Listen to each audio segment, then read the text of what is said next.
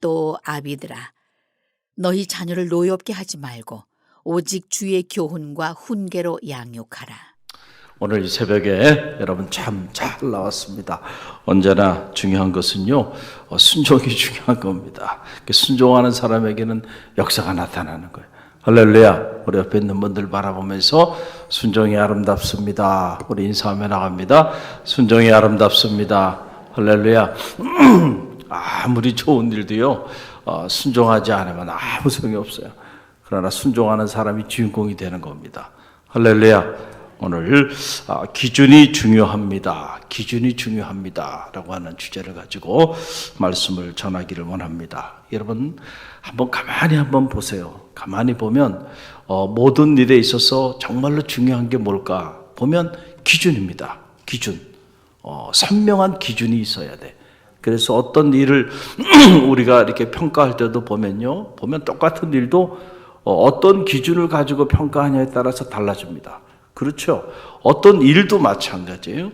그 일을 추진하는데 그 일을 추진하는 과정에서 어떤 기준을 가지고 그 일을 추진하는가, 이거에 따라 여러분 다 달라지게 된다. 그래서 여러분 국제 표준화 기구라고 하는 것이 있어요. 이건 뭐냐면은, 자, 기업들이 제품을 만들어요. 그런데 기업들이 제품을 그냥 자기 기업의 기호에 따라 그냥 막 만들게 하는 게 아니고 국제적인 그 표준을 만들어 놓는 거예요. 그래서 적어도 이런 제품은 이 정도 수준까지는 도달해야 한다라고 하는 거죠. 그리고 그런 수준에 도달하기 위해서는 적어도 이러이러한 조건들을 갖춰야 한다. 이런 것이 국제 표준화 기구라는 거예요. 그래서 그 기준에 맞게 제품을 만들고 그 기준에 맞게 서비스도 하고 그 기준에 맞게 환경 관리도 하고 이런 것들을 다 하는 겁니다. 그래서 고객은 그 국제 표준화 기구에 맞는 제품들을 신뢰하는 겁니다. 그렇죠. 그리고 그 제품을 사용하는 거죠. 여러분, 그래서 우리가 흔히들 글로벌 스탠다드라고 하는 말을 많이 하잖아요. 글로벌 스탠다드. 이게 뭡니까? 이 글로벌한 기준에 맞는 제품, 글로벌한 기준에 맞는 인재를 양성하는 일에 초점을 맞추자 해서 세계인들이 이제는 각 지역의 로컬 기준을 가지고 이렇게 인재를 양성해서는 이 사람은 로컬라이제이션밖에 안 돼. 그 지역에 쌍문동에 맞는 인재야. 그럼 쌍문동 밖에는 호환이 안 돼. 그럼 어떻게 해야 돼요? 이 사람은 쌍문동에서도 유능한 인재로 쓰임 받을 수 있고, 저 미국 뉴욕에서도 유능한 인재로 쓰임 받을 수 있고, 저 유럽에서도 전 세계 어딜 갖다 놔도 이 사람은 자기 분야에서 다 인재로 쓰임 받을 수 있는 그런 능력을 가졌다는 거예요. 그래서 일찍이 벌써 오래전부터 앞서가는 대학들은 글로벌 스탠다드에 맞는 인재를 양성하기 위하여 그 기준을 설정하고 그 기준에 도달하기 위하여 교육을 시킨 겁니다. 그 기준에 도달하기 위하여 몸부림치면서 젊은 날 자기를 개발했던 사람들이 지금 그 글로벌하게 쓰임받고 있는 겁니다. 그 뭐 우연히 그렇게 되는 게 아닙니다.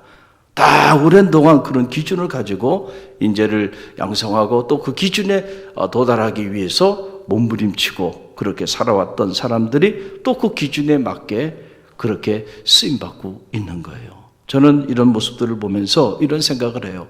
자, 세상에서 가장 힘든 일이 뭘까? 그것은 역시 자녀 양육이라고 생각합니다. 그렇죠. 모든 이 땅의 자녀들이 부모 마음대로 다 된다고 한다면 걱정할 게 뭐 있겠어요. 그러나 여러분, 자녀만큼 부모 뜻대로 안 되는 일도 없습니다. 그렇죠. 그래서 사실은 자녀 교육에 대해서는 함부로 얘기를 하면 안 돼요. 남의 자식이 좀 힘들고 어려운 가운데 있다고 해서 함부로 비난해서도 안 돼요. 그게 부모 뜻대로 다 될 것 같으면 뭔 걱정하겠어요. 그렇죠. 부모의 마음은 애간장이 녹는 겁니다. 그러니까 같은 부모의 입장에서는 함부로 그렇게 말을 하면 안 돼. 그러나 우리가 적어도 믿음 안에서 그리스도인으로 하나님이 우리에게 주신 기업이라 그랬는데 자녀가, 그러면 하나님은 이 자녀를 우리가 어떻게 잘 양육해야 할지 거기에 관한 많은 기준들을 우리에게 허락해 주셨어요. 할렐루야.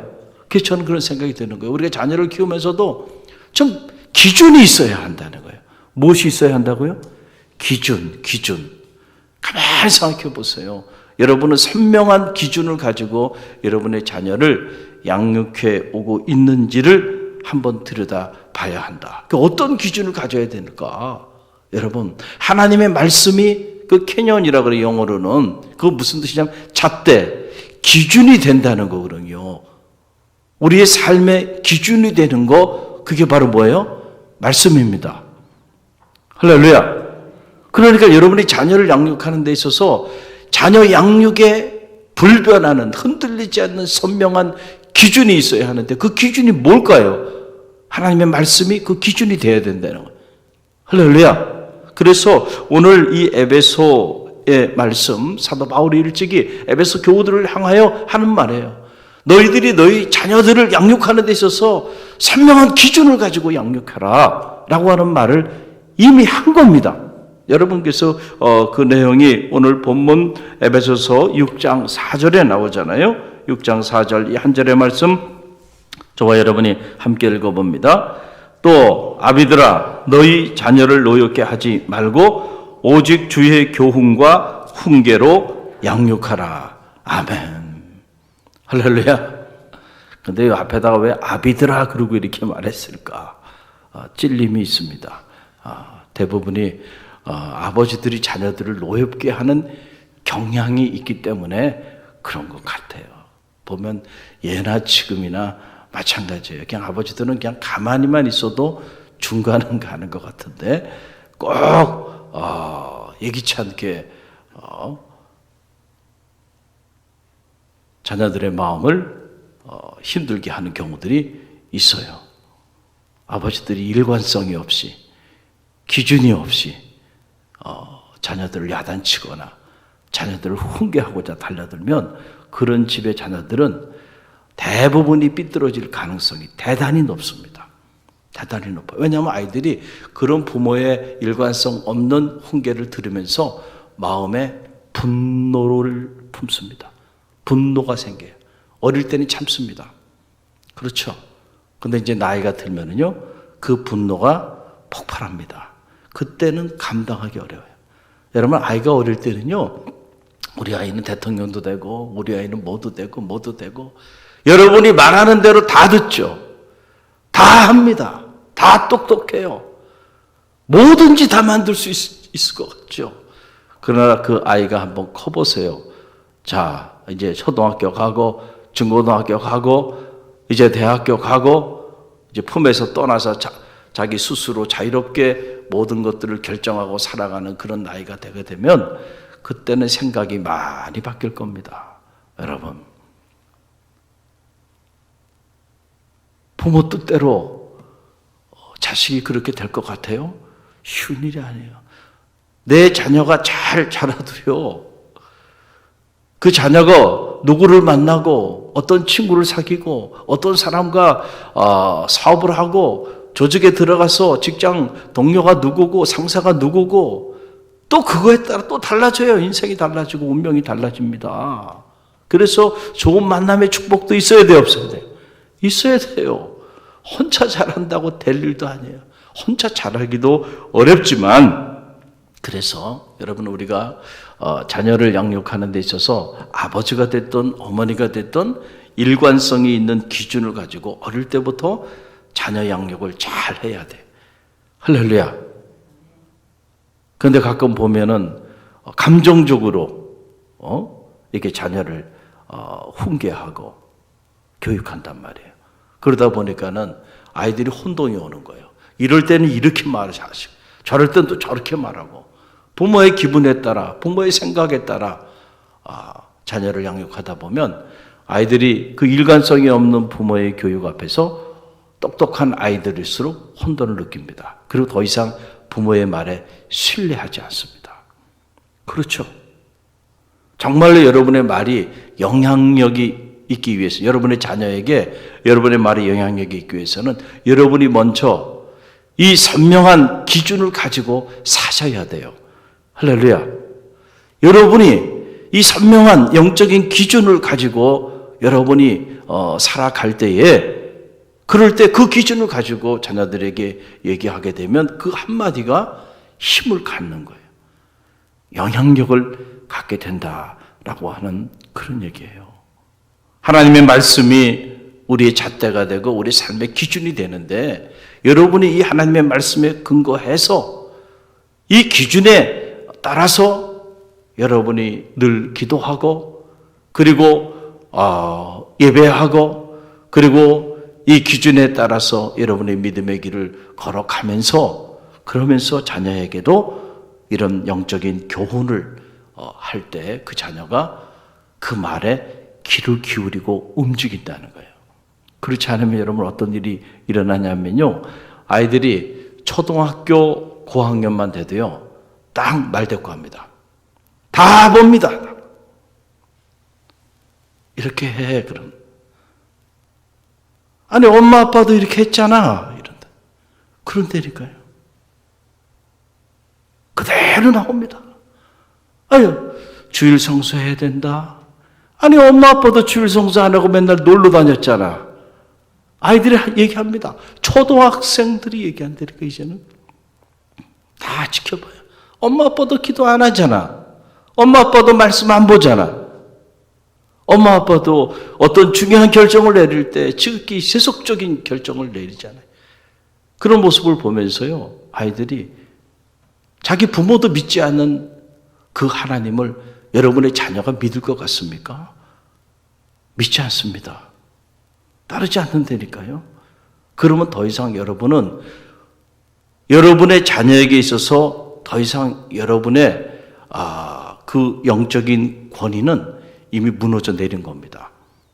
이미 여러분의 자녀는 여러분의 가정 안에서 영적인 지도자가 없는 상황 가운데 버려져 버린 거예요. 그럼 그 아이의 미래는 어떻게 될까? 그것은 말을 하지 않아도 알겠죠. 이 끔찍한 세상, 이 세속화된 사회 한복판에 그 아이가 앞으로 살아가야 될 텐데, 가정 안에서 가장 그 아이를 사랑하는 믿음의 부모가 더 이상 그 아이들을 가르칠 수 있는 권위를 상실해 버렸다라고 한다면 그 아이의 미래가 어떻게 될까라고 하는 것은 말할 필요가 없다.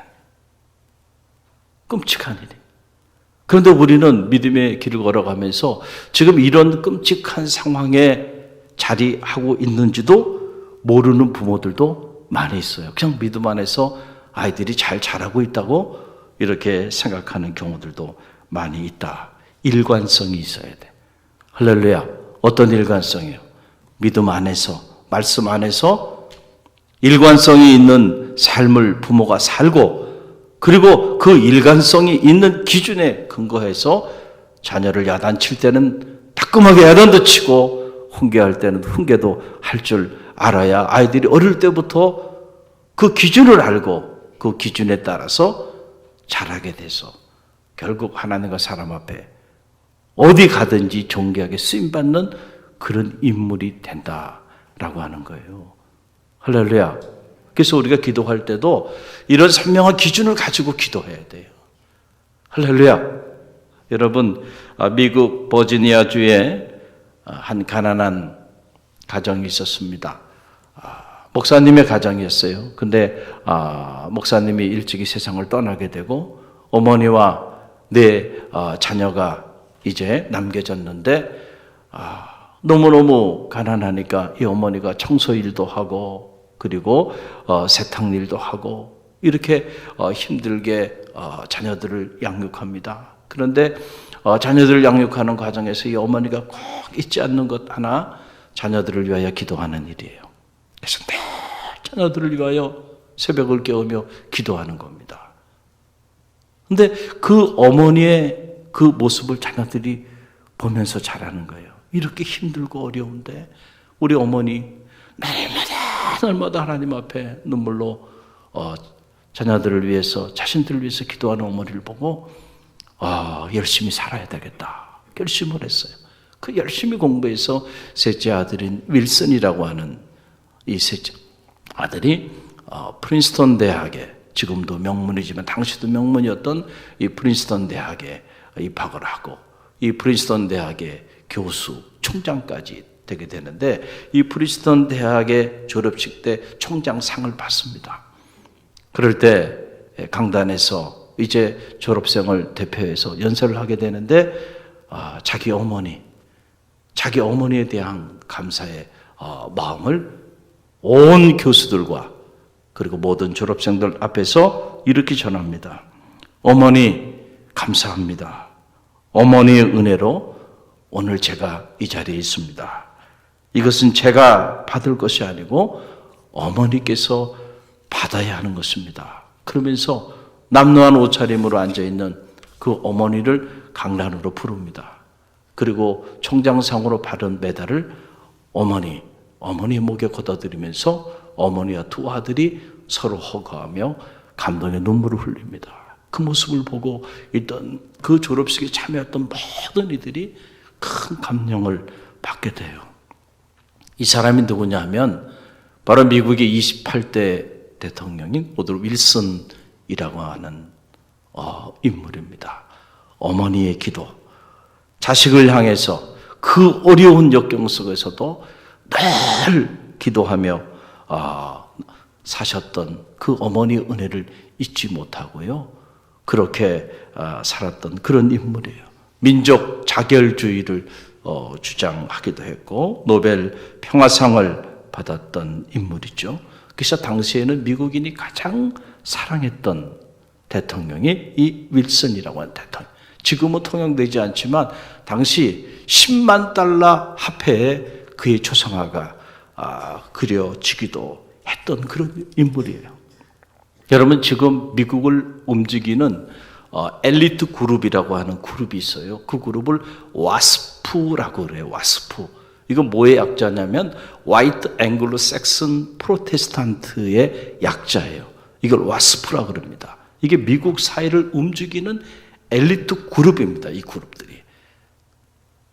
실제로 이 그룹이 미국이라는 사회를 지금도 움직이고 있어요.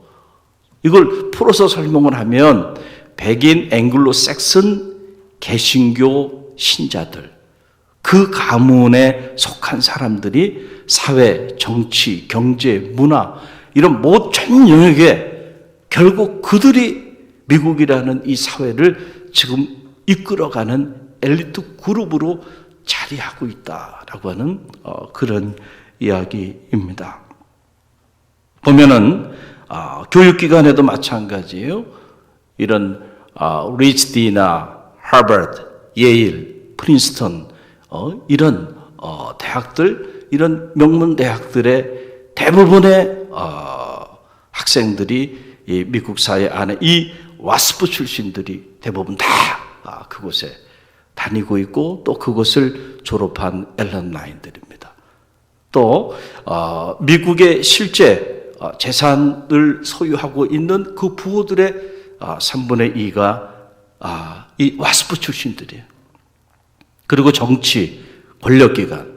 요번에 우리 윤 대통령님이 미국에 이렇게 방문을 했지만은 연방의원 그리고 미국의 역대 대통령들 케네디는 캐톨릭이죠. 그리고 오바마는 흑인이고 그 외에 미국 대통령 다 와스프 출신들입니다. 그러니 여러분, 이 엘리트 그룹이 얼마나 어마어마한 그룹입니까? 어떻게 이 사람들은 자녀를 양육했길래 이렇게 모든 분야에 문화는 문화, 경제는 경제, 정치는 정치 이런 그룹에 실제적으로 이 와스프 출신들이 대다수고 그 사람들이 미국이라는 사회를 이끌어가고 있어요. 우연히 이렇게 됐을까? 그렇지 않아요. 그들은 자녀를 양육하는 데 있어서 선명한 기준이 있다는 거예요. 기준을 가지고 자녀를 양육했다는 거예요. 제가 그 기준 몇 가지만 여러분에게 소개해드리면 이렇습니다. 우리가 우리 자녀들을 키우면서 저는 바라기는 여러분이 여러분의 자녀에 대하여 꿈을 가지시기를 간절히 바랍니다. 할렐루야. 꿈을 가지고 여러분 자녀를 키울 때 그 꿈에 걸맞는 그런 인물들이 되는 거예요. 자, 그 기준이 있는데 첫 번째 기준은 뭐냐면 그들은 모두 신실한 개신교도들이기 때문에 God first, I'm second이에요. 철저히 하나님 중심. 이 와스프 출신들은 누구도 예외 없이 어릴 때부터 부모가 그렇게 사는 겁니다. 기준을 가지고 살고 자녀들에게도 어릴 때부터 그래서 철저히 이 주일 성수하는 부분을 첫 번째 기준으로 삼아서 어떤 경우에도 주일을 성수하는 일을 범하지 않도록 어릴 때부터 이렇게 가르친 거예요.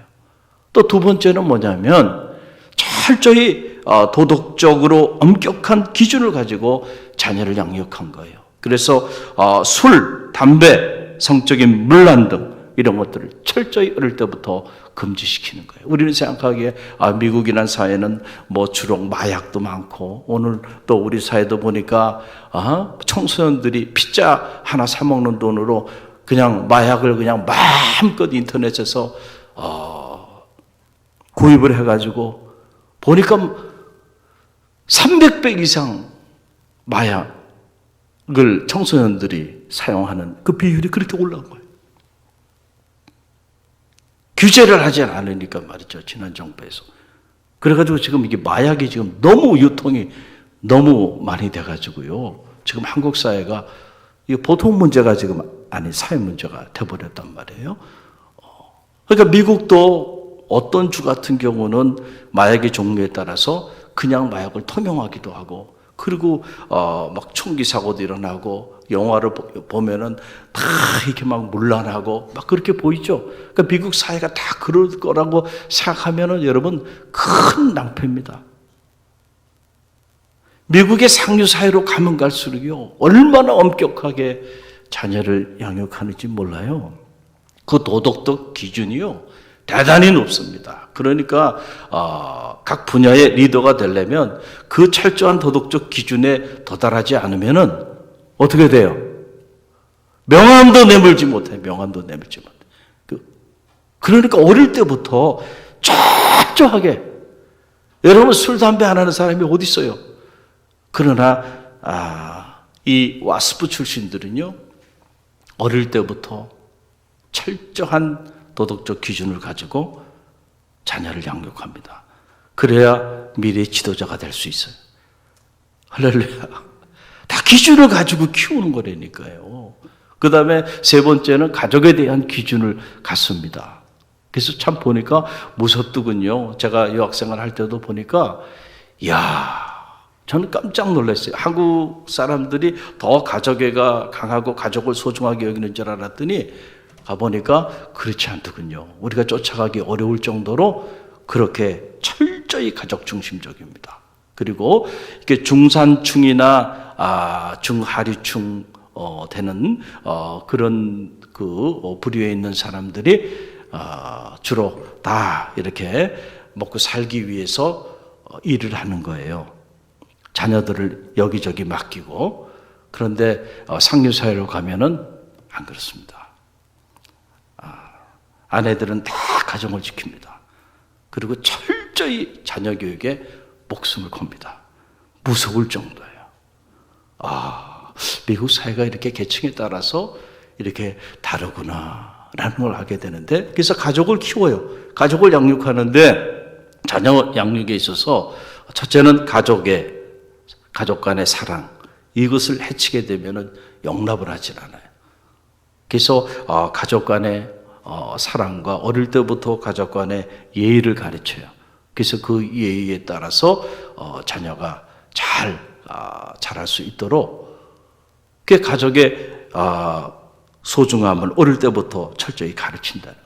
그리고 또 하나는 뭐냐면은 어릴 때부터 절대로 이기적인 그런 행동을 하지 못하도록 가르칩니다. 이타적인 그런 영성, 이타적인 심성을 갖도록 가르치는 거예요.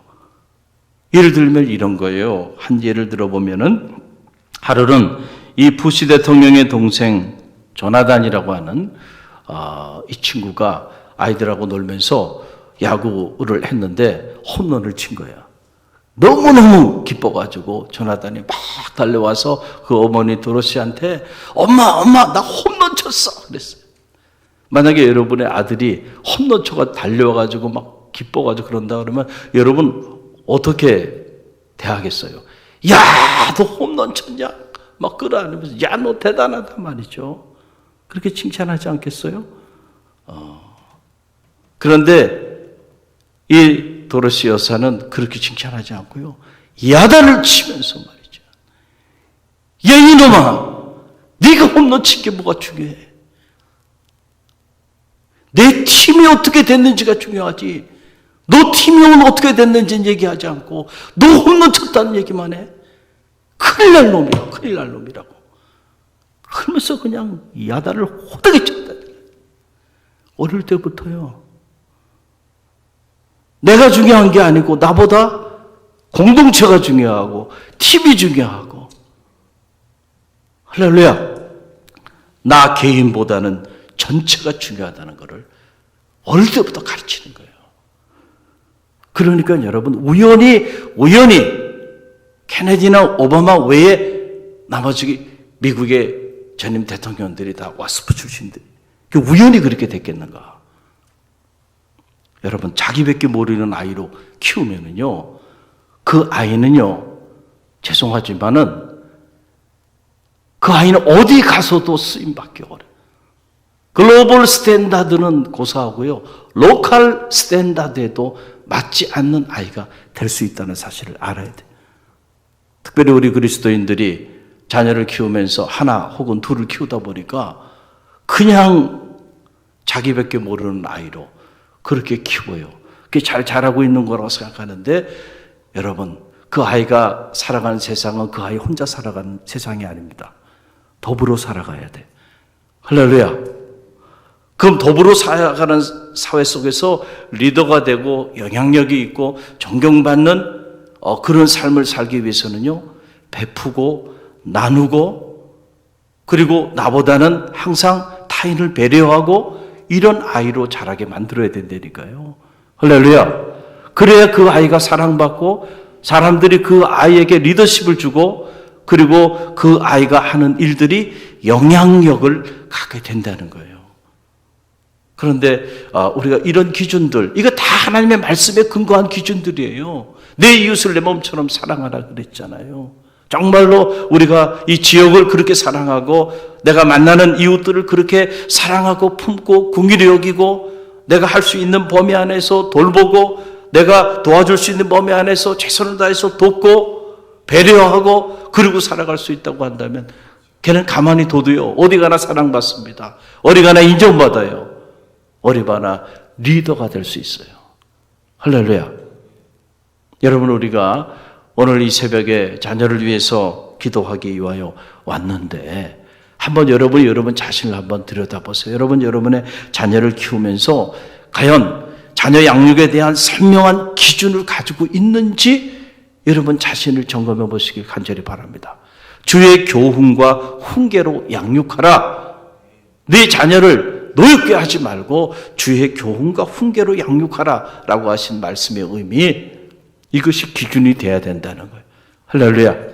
그리고 부모인 우리가 이 기준에 맞게 살고자 몸부림치면서 그 기준에 맞게 자녀들을 양육할 때에 그 자녀가 지금은 때로 그 기준에 맞지 않아서 어려움을 겪고 있다 할지라도요 결국 그 기준을 가지고 기도하고 그 기준을 가지고 교육하고 그 기준을 가지고 자녀를 양육하면 그 아이들은 결국은 돌아옵니다. 할렐루야. 그리고 결국은 그 아이들이 나의 어머니가 걸어갔던 길, 나의 아버지가 걸어갔던 길, 그 길에서 벗어났다가도 결국 그 길로 돌아온다니까요. 그리고 그 기준을 가지고 자녀를 위하여 기도하고 그 기준을 가지고 자녀에게 말씀으로 교육하고 훈계한 것이 다른 데 간 것 같지만은 결국 다 그 자녀들의 내면 속에 들어가서 결국 그것이 열매를 맺는 날이 반드시 옵니다. 할렐루야. 오늘 여러분들 이 월삭 어버이 기도에 잘 오셨어요. 오늘 말씀을 붙잡으세요. 그리고 여러분 자신을 한번 들여다보세요. 나는 자녀 양육에 있어서 선명한 기준이 있는가? 그 기준이 없다고 한다면 말씀에 근거해서 여러분 나름대로 여러분 가문에 맞는 기준들을 세우시길 바랍니다. 그리고 그 기준을 여러분의 가훈으로 자녀들에게 가르치고 또 가르치고 그리고 그 기준에 맞는 그런 자녀가 되어줄 수 있도록 기도하는 새벽이 되길 간절히 바랍니다. 그럴 때 여러분의 자녀들을 통하여 하나님께서 앞으로 10년, 20년 후에 놀라운 인물들로 이 글로벌한 세계 속에서 전 세계를 무대로 영향력 있는 하나님과 사람 앞에 존귀하게 쓰임받는 그런 인물들로 쓰임받게 될 줄로 믿습니다. 우리 함께 기도하며 나가는데요.